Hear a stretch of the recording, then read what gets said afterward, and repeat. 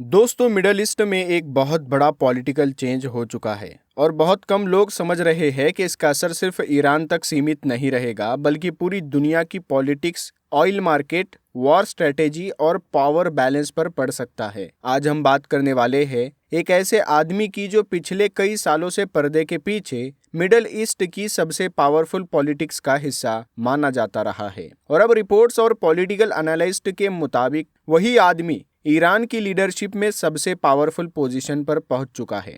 इस आदमी का नाम है Mojtaba Khamenei. Mojtaba Khamenei Iran के लंबे समय तक सुप्रीम लीडर रहे सैयद अली खामनाई के बेटे हैं और कई सालों से पॉलिटिकल ऑब्जर्वर्स ये कहते आ रहे थे कि अगर सैयद अली खामनाई के बाद कोई उनका सक्सेसर बन सकता है तो वो मुज्तबा खामनाई ही हो सकते हैं। ईरान का सिस्टम थोड़ा अलग है।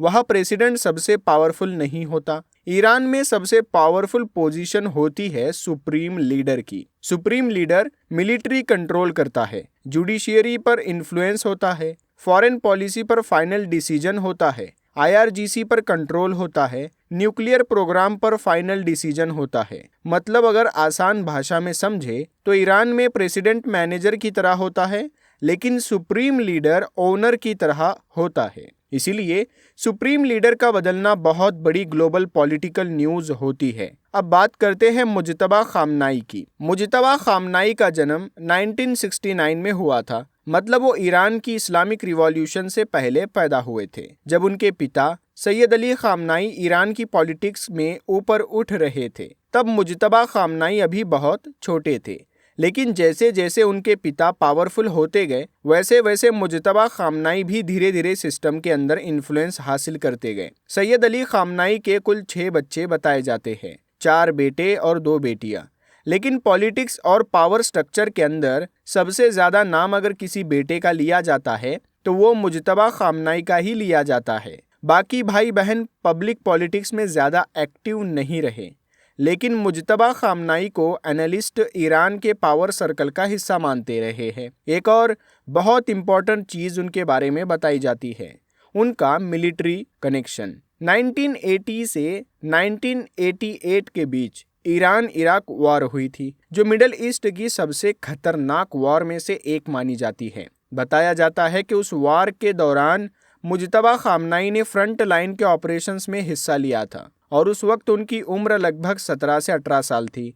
मतलब बहुत कम उम्र में उन्होंने वॉर, मिलिट्री ऑपरेशंस और बैटलफील्ड देखा। इसी वजह से कई पॉलिटिकल एनालिस्ट उन्हें हार्ड लाइनर कैटेगरी का लीडर मानते हैं। हार्ड लाइनर का मतलब आसान भाषा में ये होता है कि ऐसा नेता जो फॉरेन पॉलिसी और मिलिट्री मैटर्स में सॉफ्ट नहीं बल्कि स्ट्रांग और एग्रेसिव पोजीशन रखता है। अब यहाँ एक और ऑर्गेनाइजेशन का नाम समझना बहुत जरूरी है, आईआरजीसी। आईआरजीसी का पूरा नाम है इस्लामिक रिवॉल्यूशनरी गार्ड्स कॉर्प्स। ये ईरान की एक बहुत पावरफुल मिलिट्री ऑर्गेनाइजेशन है और कई एक्सपर्ट्स तो यहाँ तक कहते हैं कि ईरान की पॉलिटिक्स, इकोनॉमी और सिक्योरिटी में आईआरजीसी का इन्फ्लुएंस बहुत ज्यादा है। आईआरजीसी के अंदर एक ब्रांच होती है बासिज, जिसके लाखों मेंबर्स बताए जाते हैं। ये इंटरनल सिक्योरिटी, इमरजेंसी रिस्पांस और इंटरनल कंट्रोल जैसे काम संभालती हैं। कई रिपोर्ट्स में ये भी बताया जाता है कि मुज्तबा खामनाई का आईआरजीसी और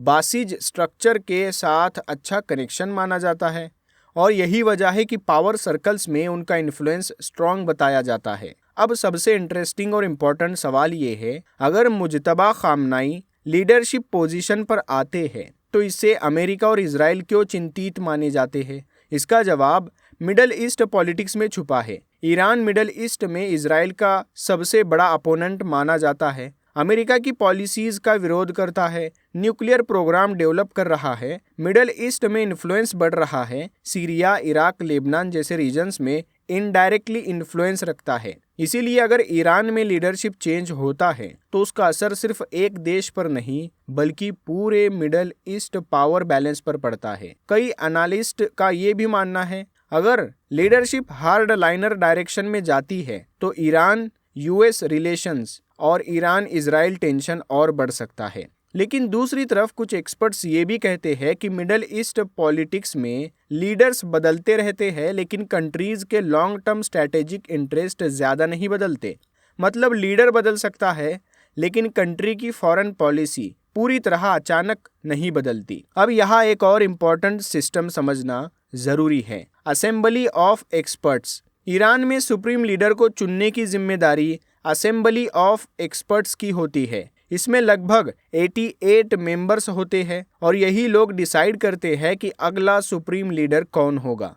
इसीलिए सुप्रीम लीडर का सिलेक्शन पब्लिक इलेक्शन से नहीं होता, बल्कि सिस्टम के अंदर रिलीजियस और पॉलिटिकल स्कॉलर्स के थ्रू होता है। अब रिपोर्ट्स के मुताबिक लीडरशिप ट्रांजिशंस का प्रोसेस इसी सिस्टम के थ्रू हुआ बताया जा रहा है। लेकिन मिडल ईस्ट पॉलिटिक्स में हमेशा बहुत सी चीजें ऑफिशियली कम और पावर सर्कल्स में ज्यादा डिसाइड होती है। इसीलिए कई एनालिस्ट ये भी कहते हैं कि ईरान की पॉलिटिक्स को समझने के लिए सिर्फ ऑफिशियल स्टेटमेंट्स नहीं, बल्कि IRGC, religious leadership, political elite और पावर नेटवर्क्स को समझना जरूरी है। और यही से मिडल ईस्ट की असली पॉलिटिक्स शुरू होती है, जहां न्यूज़ से ज़्यादा पावर नेटवर्क्स काम करते हैं। और मिडल ईस्ट की पॉलिटिक्स को अगर एक लाइन में समझना हो तो वो लाइन शायद ये होगी, यह पॉलिटिक्स सिर्फ पॉलिटिक्स नहीं होती, ये पावर, रिलीजन, ऑयल, मिलिट्री और ग्लोबल स्ट्रैटेजी का कॉम्बिनेशन होती है।